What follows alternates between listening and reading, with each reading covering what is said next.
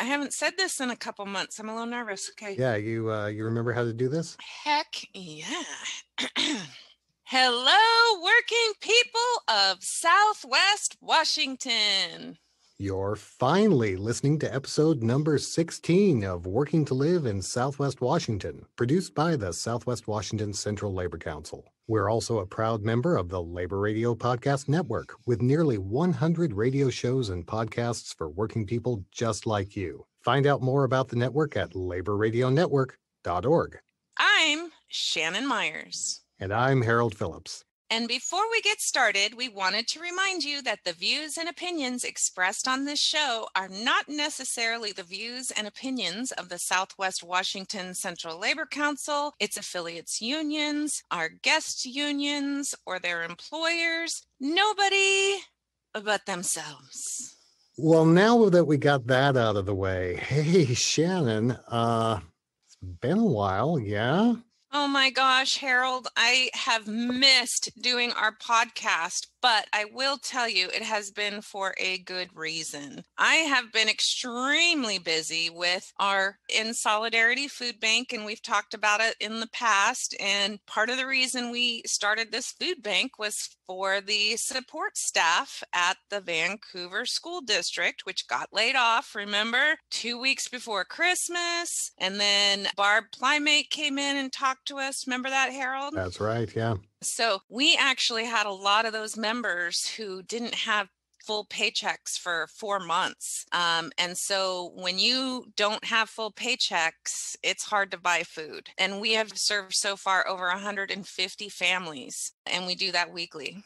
There are so many unions that we need to thank for this food bank. When we told people that we thought there were going to be families that were going to be needing food, everybody chipped in. The IBEW 48, the UA 290, the nurses, the educators, the firefighters. They let us use their Firefighters 452 hall in Vancouver every Thursday. But we actually raised just over $22,000 for our food bank. That all came from working people right here in Southwest Washington. And you and the rest of the Labor Council have been working really hard to help working people here in our region. And that's not just the food bank. If we look back over the last pandemic year we've all lived through, serving working people in our region has been job number one.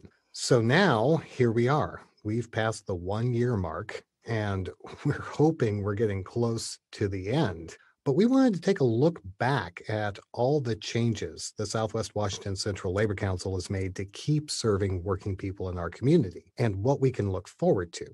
So to help talk about that, we're happy to welcome the Labor Council's Vice President, Bob Carroll. Thanks for joining us, Bob.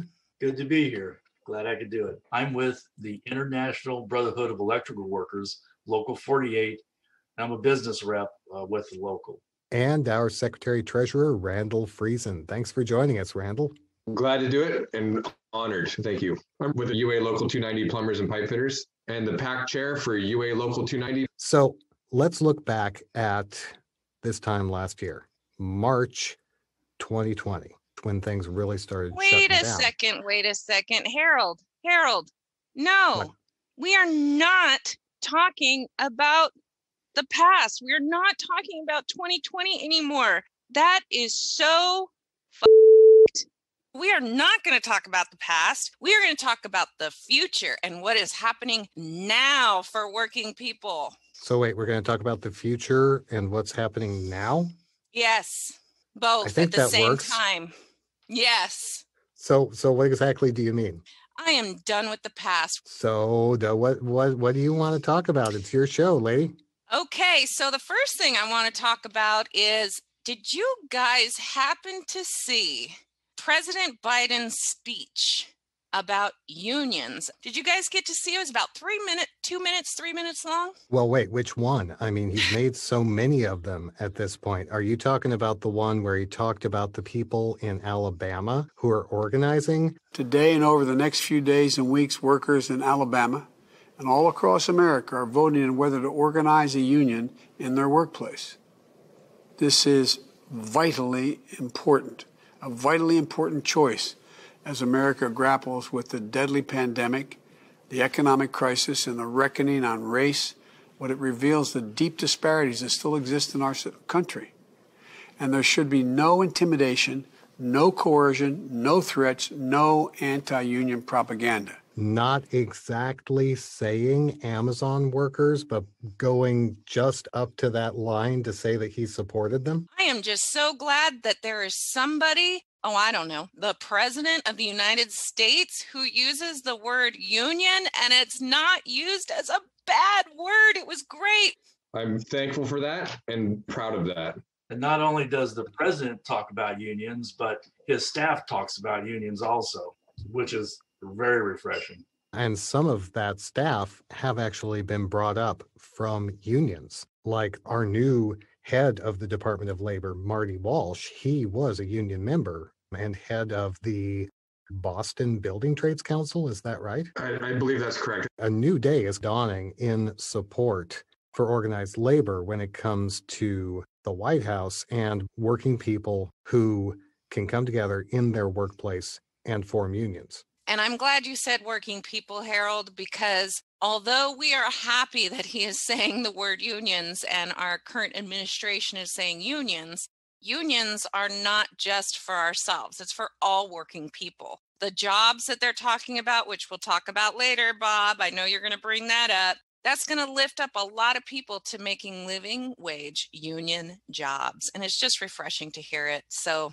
moving on, next topic. Are you ready, guys? Ready. I have no control here. It's all you. You know what? I have been so excited for this show all day. I've missed my podcast, our podcast, the podcast. The American Rescue Plan. Let's talk about that real quick. American Rescue Plan was just passed. And what did the American Rescue Plan do for some of your members, Bob?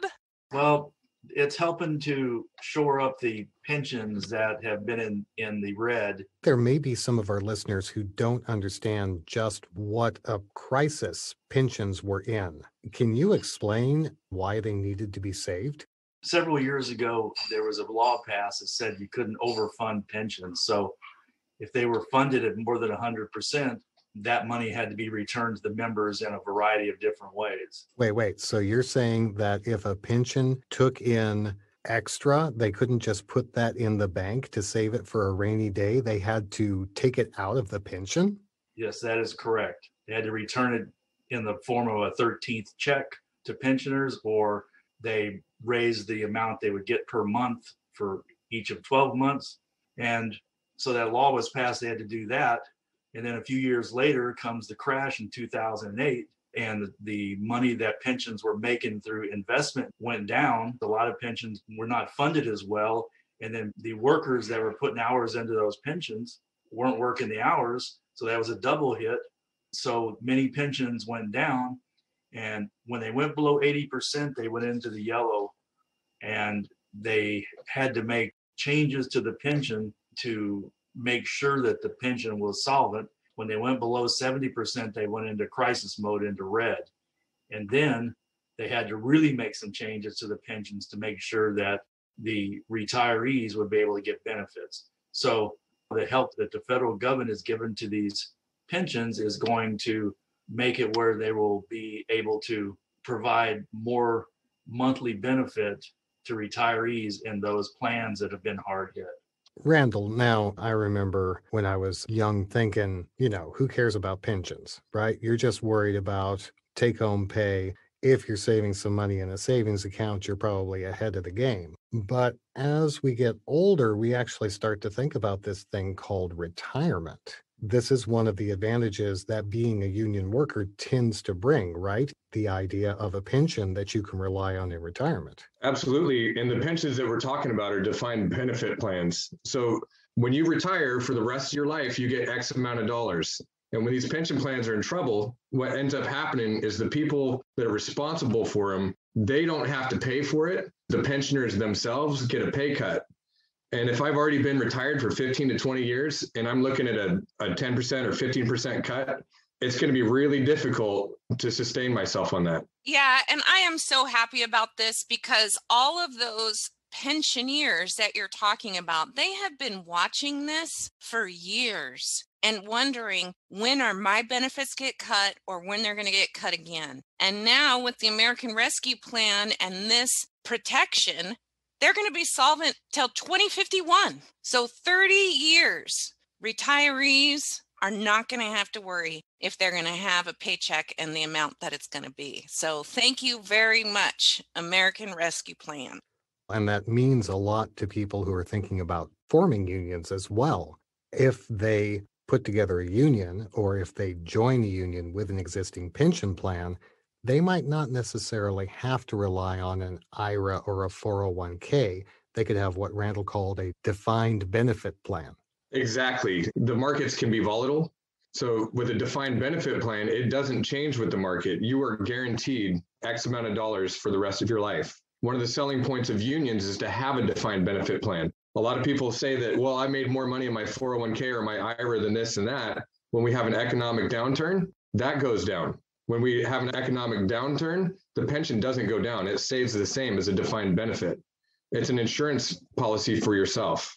There were two other things I just wanted to point out about the American Rescue Plan, which is the $1,400 checks and the child care credits. And I will let you know that those two things will actually help the people that have been going to our food bank who had gotten laid off. There's so many pieces to it, but those are the three pieces we wanted to point out. So wait, you're saying because of the American Rescue Plan, we may actually go back to a regular podcast schedule because you won't be working the food bank every week?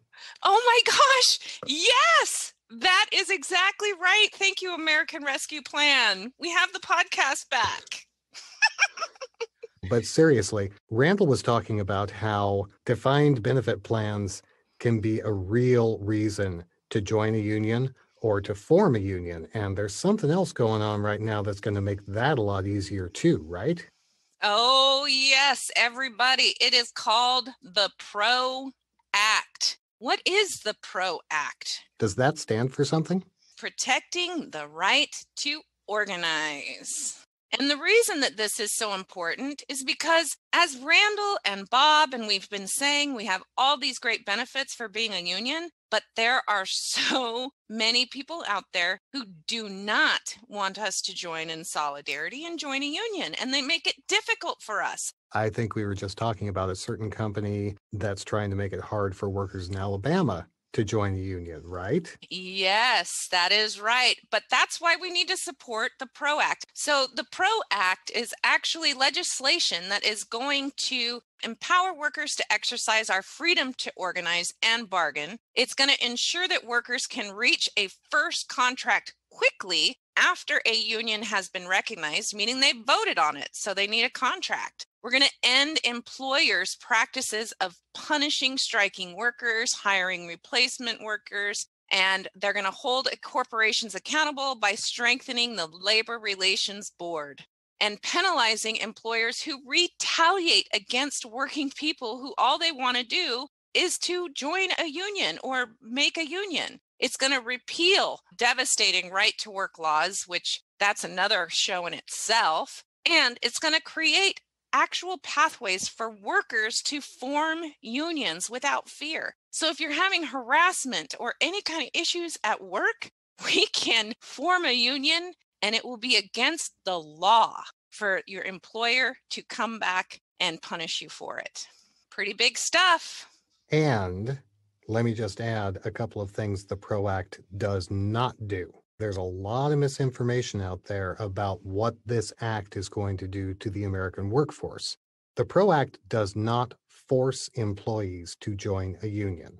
It's going to make it easier for people to join or to form a union, but nobody is going to make you join a union. Also, the PRO Act is not going to get rid of freelancers. It's not going to force freelancers to become employees. This is another bit of misinformation that's being spewed out there that all your Uber drivers and your Instacart workers are going to be forced to be employees because of the PRO Act.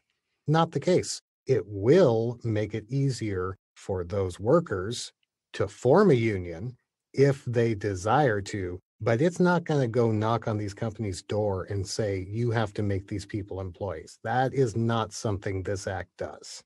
Harold, does that apply to gig workers? 100%. Yeah, that's the word, is that gig workers will be forced to become employees under the PRO Act, and that is not the case. That's a great step for being pro-labor. It is a struggle to organize non-union companies, especially in the construction trades. It's nothing but benefit all around, the way I see it. It's definitely a benefit.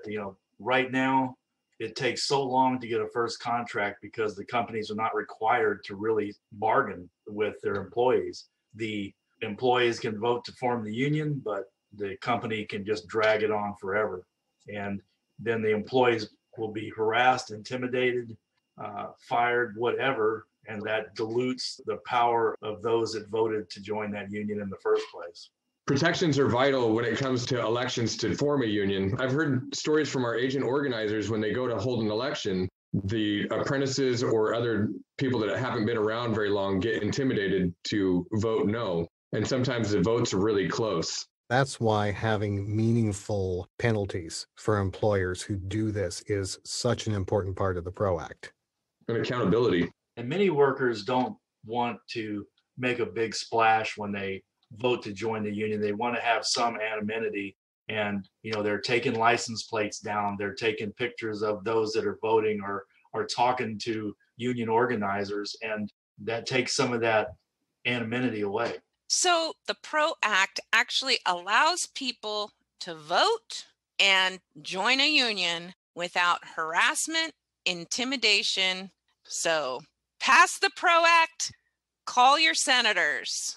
And we are talking specifically to our listeners who are outside of Washington State, because both Washington State senators have already said they support this act. In fact, one of them, Patty Murray, helped to write it.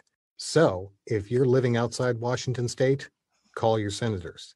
If you have friends and family that live outside Washington State, call your friends and family, tell them to call their senators. We need the PRO Act badly to level the playing field between working people and the corporations that are employing them. Well said, brother. But now we're moving on because, wow, this new administration is fighting for working people so hard. They have another plan that's coming out. They just announced it this week. It's called the American Jobs Plan.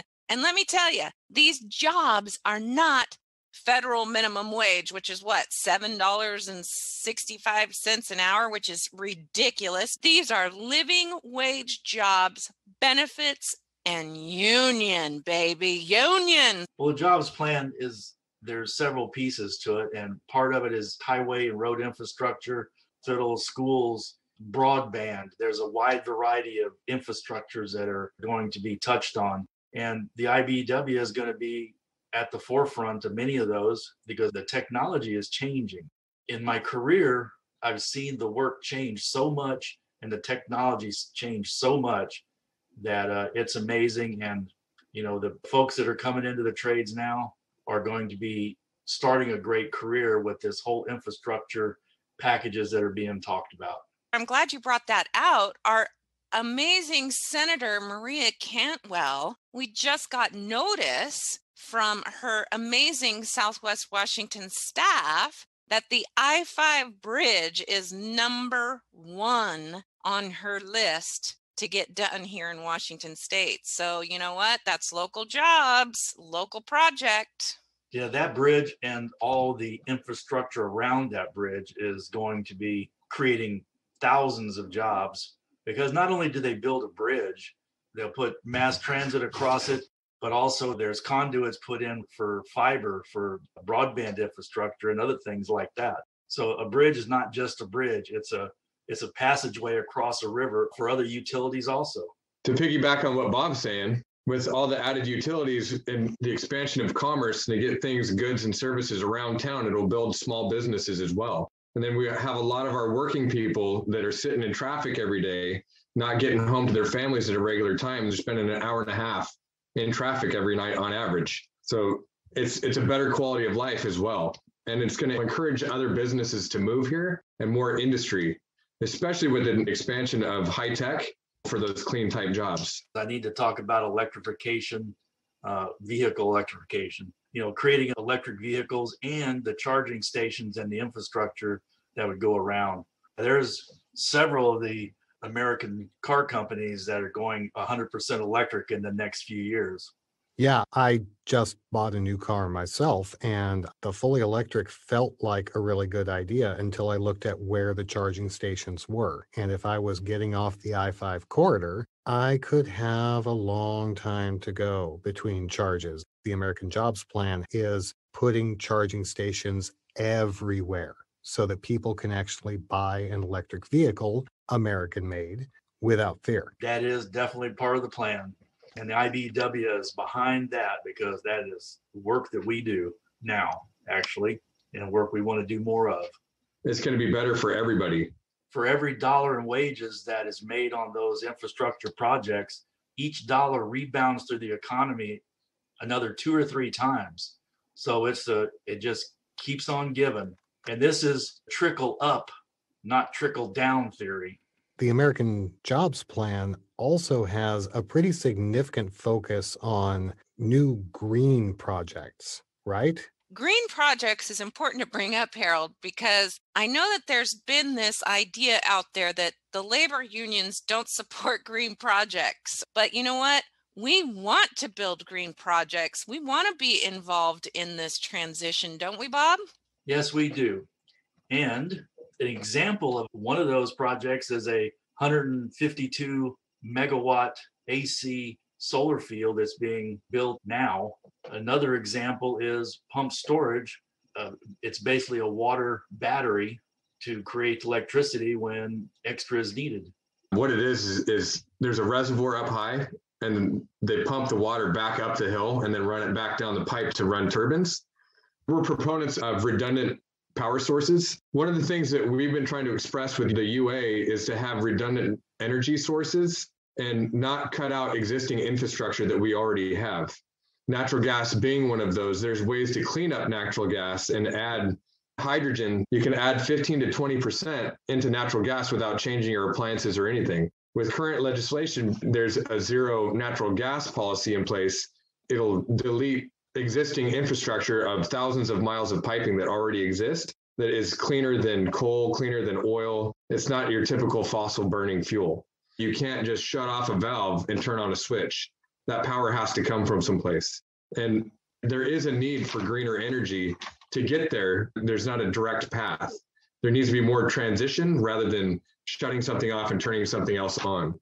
So as far as the UA is concerned, and what we're trying to do with talking to our legislators is to educate them on what these jobs mean to us and how they work, and especially being efficient with using what we already have as an infrastructure and not just throwing it all away. You know, you bring up a really good point there, Randall, because we've been talking about these great plans that are coming down from the other Washington. But we also have some stuff right here in Washington State that we can be looking at. We were focused last year on elections for the state legislature, but we can be talking to our elected officials at the city and the county level. Bob, you're chair of the Labor Council's political committee, right? What are the races that we're looking at as we move into 2021? Thanks for bringing that up, Harold.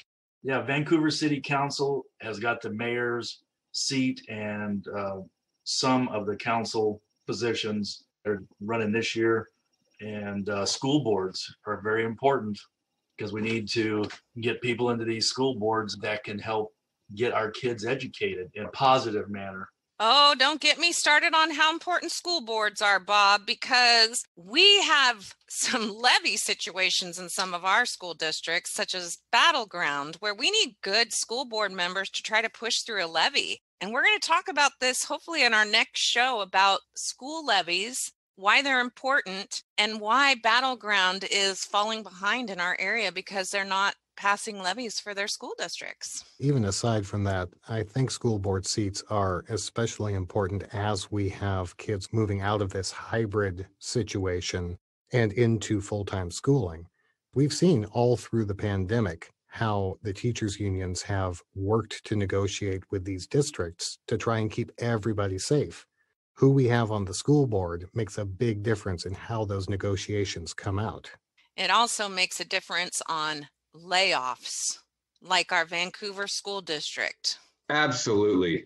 So we talked about some great plans from the federal level. We talked about some of the races that we're looking at the more local level. We talked about the importance of school boards. What else should we be looking forward to as we turn the corner, we hope, into a post-pandemic age for working people here in Southwest Washington? I've got a great one. Labor Day! We are going to have a Labor Day celebration this year. The Labor Council will be putting on a picnic, so I'm really excited about that this year. The Labor Council was going to have a Labor Day picnic last year. For obvious reasons, we couldn't, right? But we're hoping that come September, we can do it this year. Where's that going to be? I hope. It's actually going to be in Kalama, Washington, just up north a little bit, and it's at Haydu Park.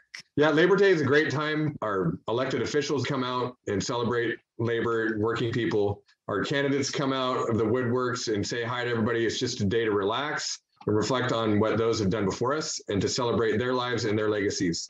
It's a lot of fun. I hope as many people can make it as possible, safely.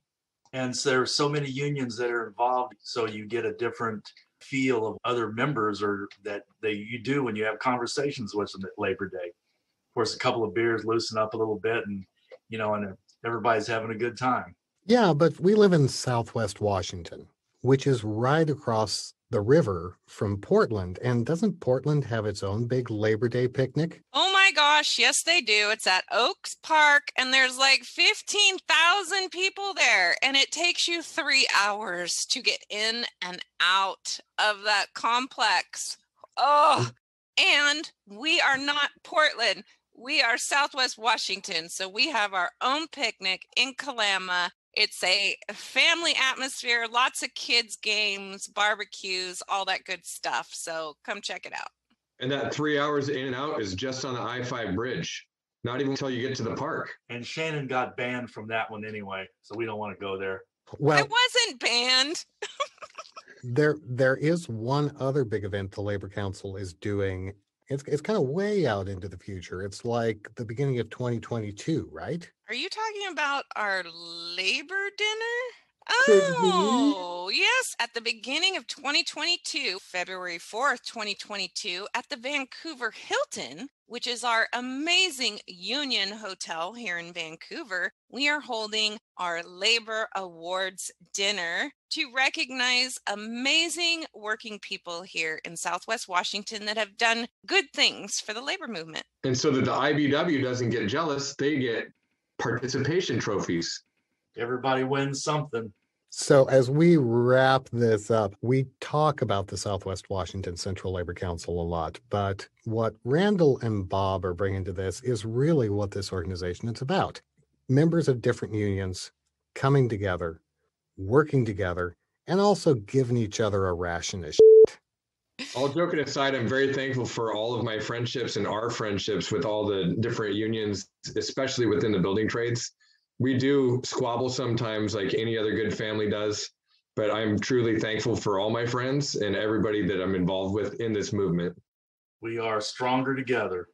Well, Randall, Bob, thank you so much for joining us tonight. On a Friday night too, folks. I don't know when you're listening to this, but they actually gave up their Friday nights to sit down and talk with us. We didn't ask them to give up their Friday night. I'm president of the Labor Council, so I told them to come. I'm just kidding. No, that sounds so bad. That's not me. No, it Anyway. is. It's still going in there, though. It's still going in there. I think the phrase is actually voluntold. Voluntold. No, but seriously, guys, I really do appreciate you coming on because Shannon is really the only member of the Labor Council's leadership that the listeners have gotten to know. And the simple fact of the matter is, the Labor Council is not just Shannon. The Labor Council is a whole group of union representatives who are coming together to do good things for the community. So being able to introduce you guys to our listeners, it's been a privilege. Thanks for having me. And it was an honor to be here with my brothers and sister and to talk a little bit to all of y'all out there. And now you all know what I have to deal with. Just saying. Now, stick around, working people. We're going to talk to somebody at Vancouver's PeaceHealth Southwest Hospital about the current contract negotiations. They're not going well. More on that in just 30 seconds. Hey gang, it's Jeremy Waugh, host of the Break Time Breakdown. You can find us at www.smart110.org or wherever you get your podcasts. We're also a member of the Labor Radio Podcast Network. Head over to www.laborradionetwork.org where you'll find labor-friendly shows and podcasts from all over the country. If you're a friend of the working class, and you should be, head over to laborradionetwork.org today. Thanks for sticking with us, working people. Nurses at PeaceHealth Southwest Hospital in Vancouver have been negotiating for a new contract. To tell us more about that, we've got Dee Dee Gray, Washington State Nurses Association Local Unit Co-Chair. Thanks for joining us, Dee Dee. Thanks for having me. So, Dee Dee, tell us the situation with negotiations. So we've had a long and hard fight with the PeaceHealth Southwest executive leadership here in Vancouver to try to get a fair contract. We met like 12 days at the table. And of course, in this online Zoom Teams atmosphere, it's challenging already. So we met Thursday night and went 16 hours at the table until 1 a.m. And unfortunately, we could just not accept the proposal and did not extend our contract because we feel this year, after all the sacrifices we have done, it was not a contract that was going to protect us and reward us for the hard work and the sacrifices that we have put on the line every day, taking care of patients, holding the hands of COVID positive patients while they're dying and family can't be there, educating family on the phone, exposing ourselves, exposing our family, seeing our coworkers fall ill, seeing some of our coworkers, fellow nurses, CNAs be long haulers, having to work light duty. So we have a fight and we feel that we are worth it. And, PeaceHealth, they are a profitable company. They can support the nurses. We're about 44% of the workers, and leadership have gotten fair raises, probably very high raises. And it's time to support the nurses. Is that the main sticking point, raises? It's not just all about the money. We have language on there about a workplace violence committee that protects the nurses, that actually proves that it is wrong to assault a healthcare worker. It is actually a felony. So, just having some language like that helps us have a voice at the table. And that was exactly what I was going to ask you, Dee Dee, is I know that when you're negotiating a contract, everybody thinks it's because you want more money, which that's not always the case with unions, because we fight for not only wages, but working conditions, safety conditions. Yes, exactly. But the economics are important also because we really have to maintain trained, highly skilled nurses in our community in Southwest Washington. If we don't pay our nurses a fair wage and give them fair raises, there are about 12 hospitals from Salem to Longview in our area. We don't want nurses going across the river to work at other hospitals. We don't want nurses in Vancouver to work at the local non-union hospital. We want to retain good nurses in our community at our level 2 trauma center, being able to still give great care, save lives. So, Dee Dee, we're recording this on April 3rd, and it sounds like this is a really fluid situation. What can our listeners do to help support WSNA nurses at PeaceHealth? First, I'd like to ask anybody that has social media, please go to Vancouver RNs Care for Us. That is PeaceHealth Southwest, WSNA, the Nurses Union's Facebook page. We have a lot of updates and posts there, and it's not just for nurses, it's for anybody in the community because we want you to know what we're doing. We're very transparent and vocal on there. We need your support. We are actually planning a rally for a fair contract, April 10th. So the next Saturday or this Saturday coming up, April 10th at 1 o'clock. It's going to be short and sweet, short and powerful from 1 o'clock to 2 p.m. at the Vancouver waterfront, at the beautiful new waterfront that union labor has helped build. We are going to be down there and we are going to be telling the community that we are fighting for a fair contract, that nurses need your support, want your support, and want to keep PeaceHealth Southwest as a good place for us to recommend to come get good care. What should people expect from that rally? Or do you even know because the situation's so fluid? I think the situation so fluid. We actually just were asked to have another negotiation day on Thursday. So that's great if PeaceHealth Management wants to try to work with us and have another negotiation day, possibly lock in a great contract, but could be a victory rally. And it could be us saying we're still fighting the fight. We're not settling. We're going to get a good contract. We're going to protect the nurses and keep nurses wanting to work at PeaceHealth Southwest. I just celebrated my 16-year anniversary a few weeks ago on March 14th. You know, I started working there when I was 21. I'm 37, almost 38 now. And there's a lot of nurses like me that have grown up in that hospital and want to stay working there, want to help moms have babies, want to help patients in the ICU, want to help patients up on the cardiac unit. And we just need to keep fighting and show our community that the nurses are worth it. One last thing before you go, Dee Dee. You're talking about a contract negotiation in a union hospital. And a lot of our listeners might be healthcare workers in a non-union hospital or a clinic. They might be thinking, well, if this is so difficult, why would I ever want to join a union? Having a contract to protect our working conditions, benefits, and wages is amazing. Knowing that if I get hurt at work, I can call my union rep and ask for support, ask for guidance. Know that when I need vacation, that I am allowed a fair amount of vacation a year. You know, knowing that my rest breaks are supposed to be protected and uninterrupted, because that's how nurses re-energize and are able to provide safe care. If you're not unionized, look into it, because there's so much safety and protection in having a union in a healthcare setting. It's vital. You know, it's always a lot easier to fight together than to fight alone. And if you're fighting alone, it's a very lonely place. And that's why if you don't have a union, get one, join one, make one. Well, thank you, Dee Dee Gray, Washington State Nurses Association Local Unit Co-Chair at PeaceHealth Southwest Hospital in Vancouver. Do keep us posted. What's that Facebook page again? That is Vancouver RNs Care for Us. Please like and share our posts. See you on the 10th. Make the rally. Either way, you either come out and support your nurses and show them that you got your back, or you're out there celebrating with them. Thanks so much, Dee Dee. And thanks to you, working people, for joining us on another episode of Working to Live in Southwest Washington, produced by the Southwest Washington Central Labor Council. And hey, we know that the nurses need a good contract, and that is why we have a contract in place as well. This podcast was recorded under a SAG-AFTRA collective bargaining agreement. Damn right. Remember, working people, this is your show. We want to know what you want to hear on it. Email us at podcast@swwaclc.org or find us on Facebook, Instagram, and Twitter at SWWACLC.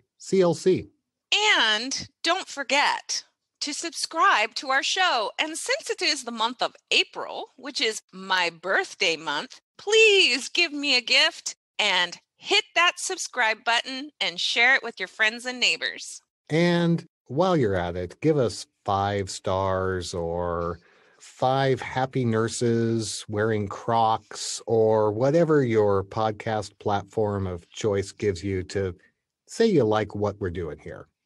One last thing, folks.